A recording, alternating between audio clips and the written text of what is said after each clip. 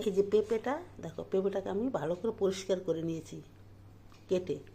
এটাকে এখন এই যে এটা দিয়ে ঘষবো, ঘষে তারপর রান্না করব, তোমাদেরকে দেখাবো।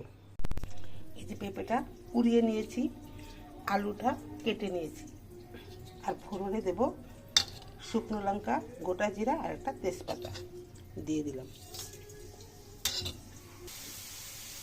এই যে আলুটা ভাজা ভাজা হয়ে গেছে, এবার পেঁপেগুলো দিয়ে দিচ্ছি।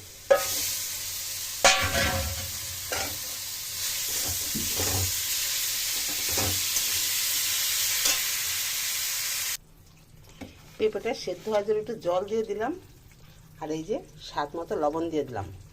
আদাটা আমি ঘষে দিয়েছি, এটা আদা জিরা বাটা দিয়ে করব, ঘি গরম মশলা দিয়ে।